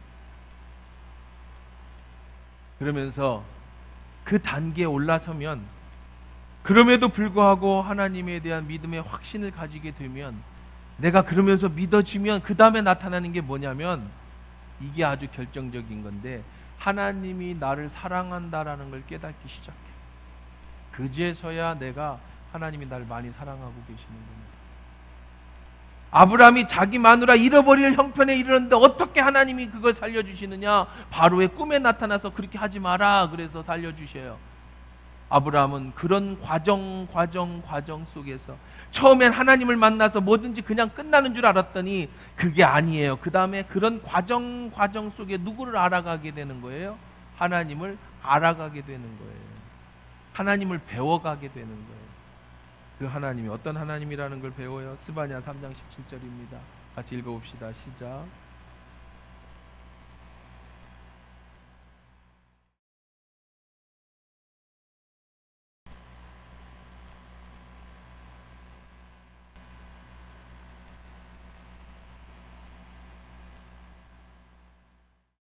이걸 깨닫게 돼요. 이런 몇 번의 과정 속에서, 이런 훈련의 과정 속에서 나의 믿음을 헌신하고 결단하면 한 단계 올라가고 한 단계 올라가면 비로소 내 입에서 무슨 고백이 나오느냐? 아, 하나님이 나를 사랑하고 계시는구나. 하나님이 너로 인하여 기쁨을 이기지 못하시며 너를 잠잠히 사랑하시며 너로 말미암아 즐거이 부르시며 기뻐하시는도다. 내가 하나님 앞에 내 삶을 다 드려도 절대 후회할 일이 없겠구나라는 걸 알게 되는 겁니다. 그러면서 우리는 하나님을 배우게 되는 거죠. 이전까지는 무서운 하나님, 두려운 하나님, 심판하신 하나님, 꾸짖는 하나님, 왜 하나님 나한테 이렇게 하시는 겁니까? 이해할 수 없는 하나님이셨는데, 이런 훈련의 과정 한 단계 한 단계 올라가면서 비로소 아, 하나님은 정말 좋으신 분이시구나, 하나님은 정말 나를 사랑하시는 분이구나, 하나님은 정말로 나를 훈련을 통해 하나님의 사람으로 만들어 가시는구나, 이걸 알게 되는 거예요. 요한삼서 1장 2절에도 사랑하는 자여 내 영혼이 잘된 같이 범사가 잘되고 강건하기를 원하노라. 시편 145편 8절에서 10절에서도 여호와는 은혜로우시며 긍휼이 많으시며 노하기를 더디하시며 인자가 크시도다. 여호와께서는 모든 것을 선대하시며 그 지으신 모든 것을 긍휼히 베푸시는도다. 여호와여 주께서 지으신 모든 것들이 주께 감사하며 주의 성도들이 주를 송축하리이다. 이렇듯 하나님의 사랑과 은혜를 체험한 사람은 이제 주님 앞에 감사하는 사람, 찬양하는 사람이 되는 거라고. 뭘 배워보는 거예요? 무슨 훈련한다고요? 믿음의 훈련이에요. 하나님을 알아가는 훈련이에요. 그러니까 여러분, 훈련을 두려워하지 마십시오. 여러분 앞에 어떤 염려가, 어떤 내가 주를 위해서 살겠다고 했는데 내 앞에 어려움이 올 때 그걸 절대로 두려워하지 마십시오. 하나님은 그 훈련을 통해서 나를 지금 뭐 하고 계신다고요? 만들어 가고 계셔요. 뭘로? 하나님의 사람으로. 우리를 믿음의 사람으로 만들어 가시는 거예요.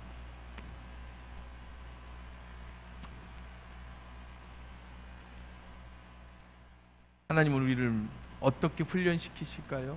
여러분, 멕시코에 가면 푸이케텍 인디안과 체르탈 인디안이라는 나라 인디안이 있대요.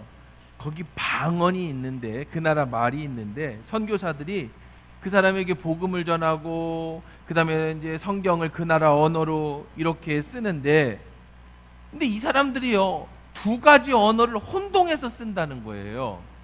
무슨 언어와 무슨 언어를 혼동해서 쓰냐면, 믿는다라는 말과 순종한다는 말을 혼동을 쓴대요. 그래서 성경을 번역하고 그 언어로 설교를 하는데, 이 믿는다, 순종한다는 말을 구분 없이 자꾸 쓰니까 이 번역이 어려웠어요. 그래서 초기 선교사들은요, 이 미개한 민족들이라서 언어가 부족한 부분이 있구나, 그래서 이들에게 언어를 가르쳐야 되겠다라는 생각이 들었습니다. 그래서 그들에게 불러다 놓고, 얘들아, 믿는다라는 말과 순종한다라는 말을 같이 쓰면 안 되는 거야. 믿는다라는 거는 내가 무언가를 믿는다라는 거고, 순종한다라는 것은 내가 어떤 말을 따른다라는 거야 라고 얘기를 하고 해도 도대체 못 알아듣더라는 거예요. 그래서 선교사들이 그 예를 많이 만들어서 믿는다라는 이런 거고 순종한다라는 이런 거라고 계속 얘기를 해줬는데, 나중에 선교사들이 무릎을 탁 치고 머리 한 대 탁 맞은 게 있다는 겁니다. 두 단어를 같이 써봤더니 다른 단어가 아니더라는 거예요. 설명할 길이 없더라는 거죠. 두 단어를 구별하려고 하는 문명인들이 그들 보기에 이상하더라는 거예요. 여러분, 믿으면 뭐해요? 순종을 해요. 순종한다는 얘기는 뭐예요? 믿는다는 얘기예요. 거꾸로 말해보세요. 순종하지 않는다면 믿지 않는다는 거예요. 믿지 않는다라는 거는 뭘 못한다는 거예요? 순종을 못한다는 거예요.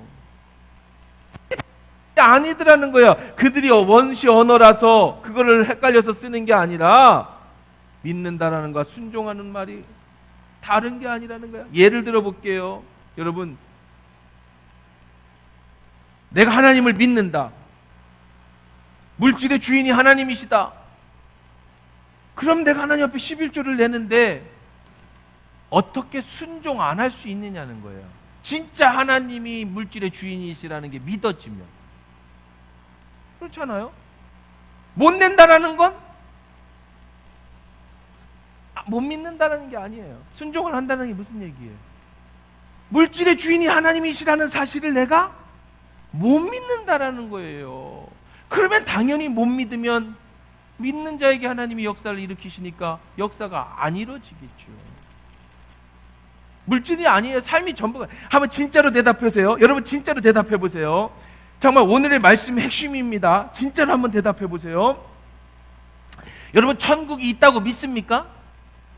진짜로 대답해야 돼요. 여러분, 천국이 있다고 믿으세요? 그냥 대답하면 안 됩니다. 대충 아멘 하면 안 돼.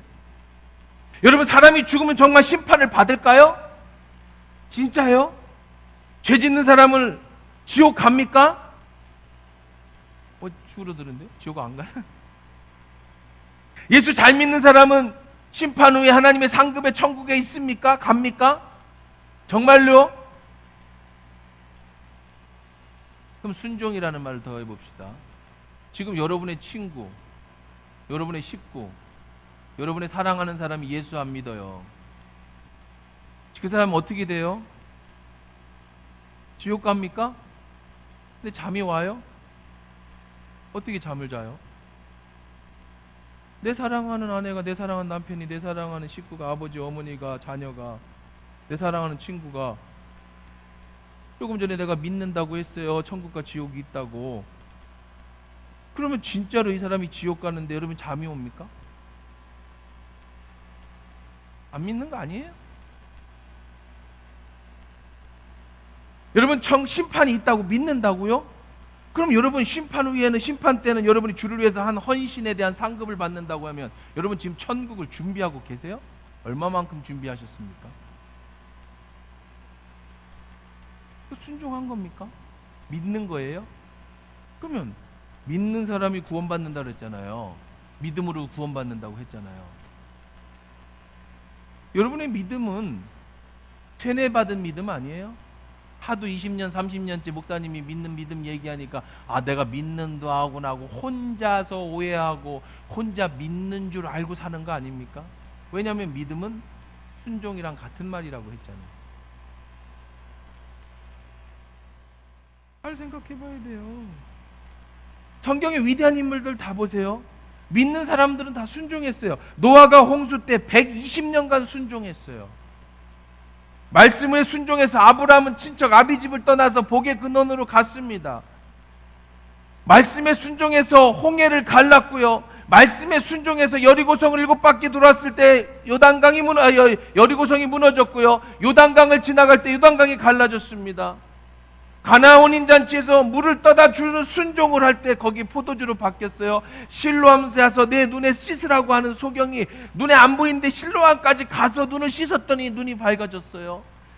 믿는다라는 것, 예수님의 말씀을 믿는다라는 것과 내가 순종한다라는 건 같은 말이에요. 근데 여러분은 순종하는 삶을 살고 있어요, 진짜? 순종하지 않으면 여러분이 얘기한 것처럼 내가 믿지 않는 거예요. 믿는 척하는 거죠. 천국이 있는데 안 믿는 사람이 지옥 가는데 내 사랑하는 식구가, 내 친구가, 내 주변 사람들이 지옥 가는데 어떻게 잠이 와요? 있을 수 없지 않습니까?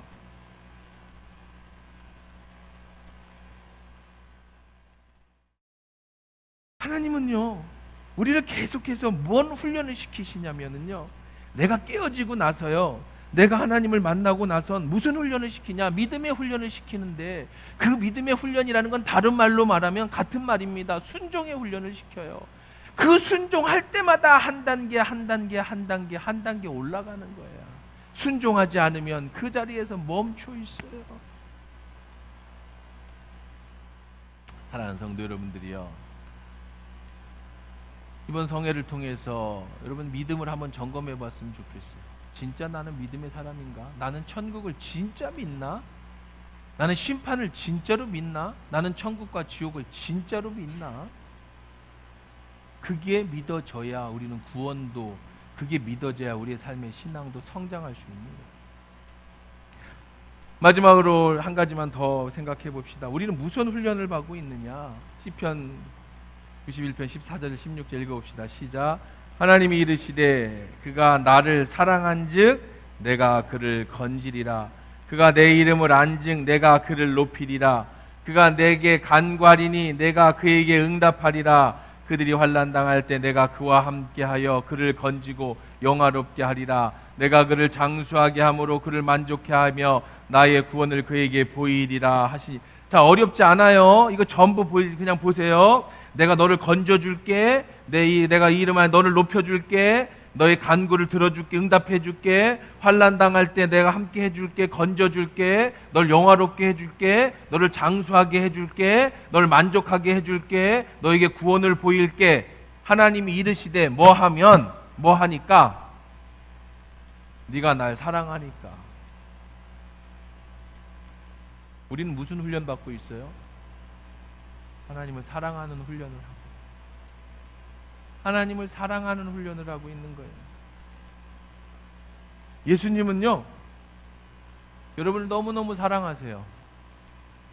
그런데요, 그 예수님은요, 여러분이 또 그렇게 예수님을 사랑하기를 원하세요. 서로 사랑은 서로 하는 거잖아요. 서로 죽고 못 사는 거예요. 그게 사랑입니다. 여러분, 사랑하면 그 사람을 위해서 모든 것을 다 주는 거 아닙니까? 연애할 때 여러분 생각해 보세요. 연애할 때 자기 나 사랑해? 사랑하지. 그래서 반지도 주고, 그래서 내가 뭐 백도 주고, 뭐 사랑해. 제가 지난번에 한번 얘기했던 기억이 나는데, 제 아내한테 연애를 한 3개월 됐습니다. 그 둘이 해변가에 앉아서 CCC 수련회 갔다가 몰래 빠져나와가지고 해변가에 앉아서 이렇게 얘기하는데, 제가 사랑한다고 먼저 고백도 안 했는데 제 아내가 먼저 그랬어요. 너 나 사랑해? 그랬어요.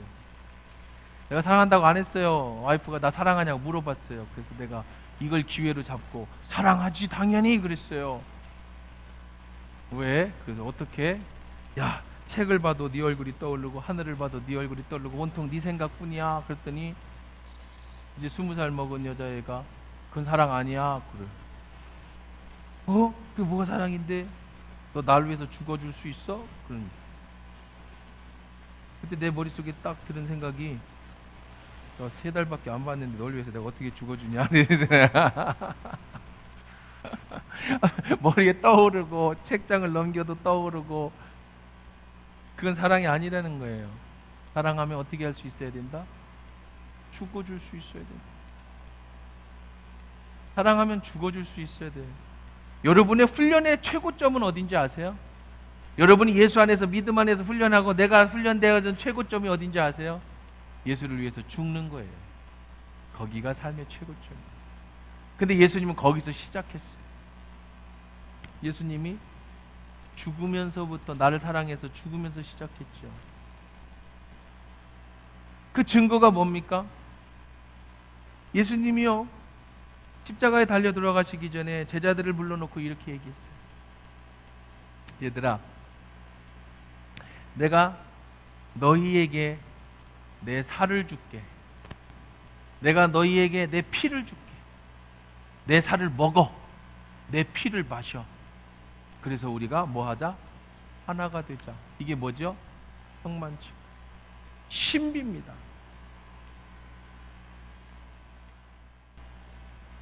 한번 보세요. 마태복음 26장 26절 28 읽어볼게요. 그들이 먹고 있을 때 예수께서 떡을 가지사 축복하고 떼어 제자들에게 주시며 이르시되 받아 먹으라. 이것은 내 몸이다 하시고, 또 잔을 가지사 감사하며 하신 후에 그들에게 주시며 이르시되 너희가 이것을 마셔라.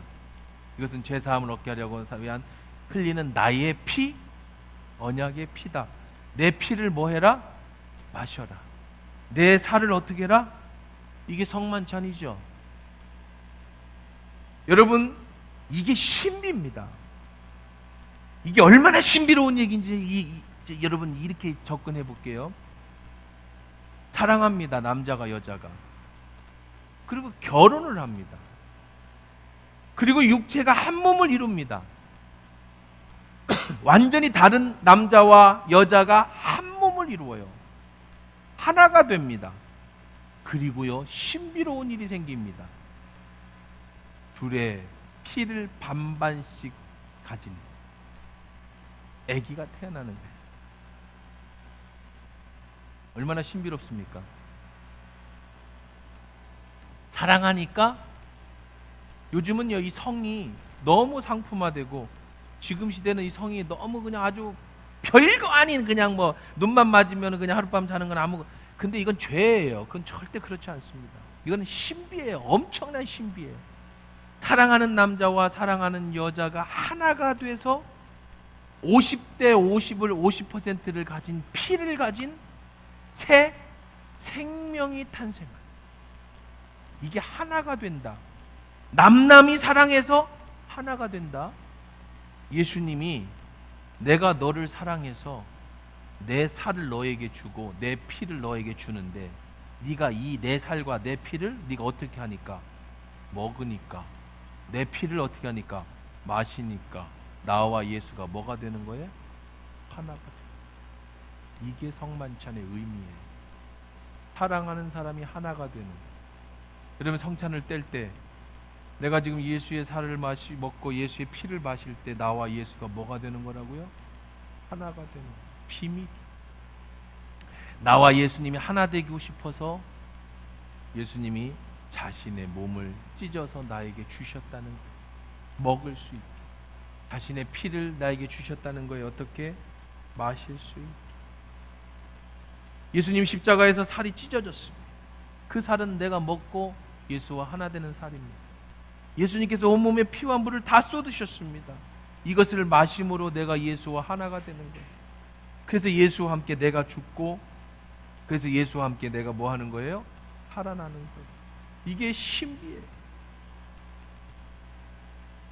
예수님이 이걸 육체의 신비, 그 육체의 신비를 마치 사람 하나님과 예수님과 나의 사랑의 신비처럼 그렇게 보여주시고 그렇게 나타낸 게 성만찬이에요. 우리가 서로 사랑하는 사이인지, 내가 얼마나 너를 사랑하는지, 내가 얼마나 너를 사랑하면 내가 죽어서 내 속에 들어가서 너와 하나가 되는. 신기하죠? 남자는요, 여자는 사랑을 하면 그때가 최고 클라이막스예요. 결혼을 합니다. 이때가 최고 사랑하는 때예요. 그리고 사랑이 계속 커갑니까? 줄어듭니까? 얘기해봐. 이제 사실대로. 막 결혼하면부터 막 커갑니까? 이게 줄어듭니까? 더 사랑이 막, 예수님 그냥 결혼한 날부터 그게 시작이야. 그 날부터 20년을 살았더니 사랑이 막 폭발을 해. 이제 막 30년 살았더니 그냥 뭐 처음에 결혼을 하고 나서는 이제 살다가 슬슬 서로에 대해서 이제 지겨워지면 나중에 뭘로 산대요? 정으로 살아. 정으로 살다 정도 떨어져. 그럼 뭐 때문에 살아? 자식 때문에, 의리 때문에 뭐 살아요? 그 다음에 그것도 자식도 이제 장가가고 시집가면 이제 뭐 갖고 사냐? 그동안 싸운 전후에 그동안 30년 40년 서로 싸워왔던 전후에.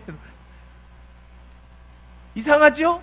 사랑하는데 살면서 점점 사랑이 어떻게 돼? 우리는 식어지고 내려와요. 예수의 사랑은요, 처음 예수님을 만날 때가 시작. 점점 신앙은요, 훈련을 통해서 우리가 예수의 사랑을 배워가고 알아가요.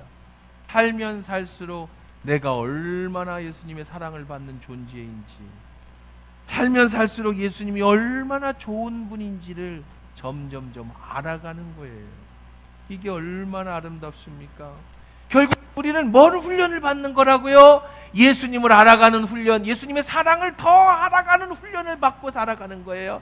깨어졌어요. 무너졌어요. 그 다음에 예수를 발견했어요. 그 다음에 하나님은 나를 하나님의 사람으로 만들기 시작합니다. 믿음의 훈련을 시킵니다. 순종의 훈련을 시킵니다. 예수에 대한 사랑을 훈련을 시킵니다. 그래서 점점 내가 하나님의 사람으로 성장해 가는 거예요. 이게 잘 사는 거예요. 이렇게 살다가 아멘 주 예수여 오시옵소서,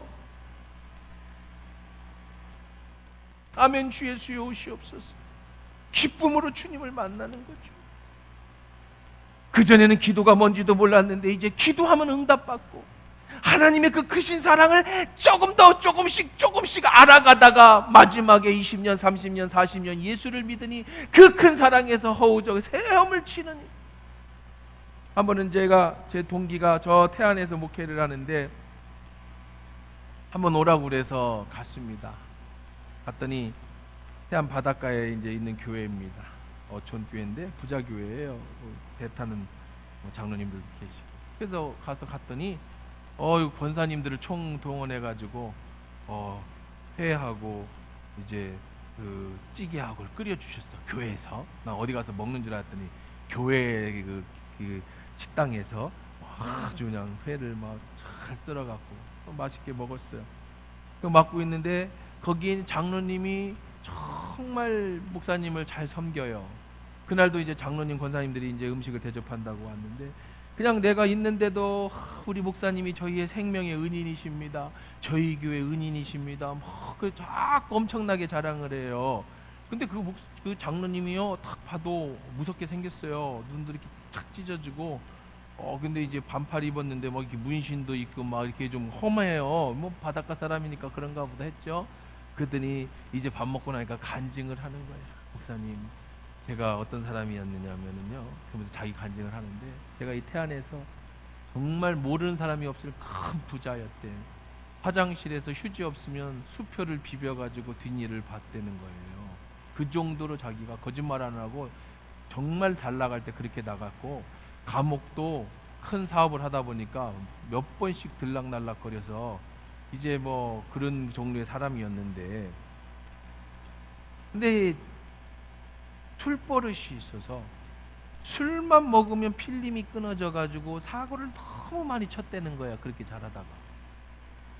근데 하루는 그 집에 이제 권사님이 계시는데 이 장로님이 장로님 되기 전에 이제 교회 다니기 전에 그냥 집에만 오면 술만 먹으면 다 때려 부시고 애들 때리고 마누라 때리고 아주 그냥 돈은 많이 버는데 정말 악한 일을 했어요. 그 권사님이 눈물로 기도했어요. 장로님을 위해서. 교회까지 와가지고 행패 부리고 술 먹고 와가지고 그냥 막 악질이야, 악질. 동네에서 내놓은 악질이에요. 그 권사님은 늘 기도했대요. 하나님 날 사랑하신다고 하는데 왜 남편은 이렇게 안 바뀝니까? 이혼해야 합니까? 그만 살아야 합니까? 이거 도저히 살 수가 없어. 술만 먹으면 하도 때리고 패고 교회 찾아와서 행패 부리고. 근데 어느 날요,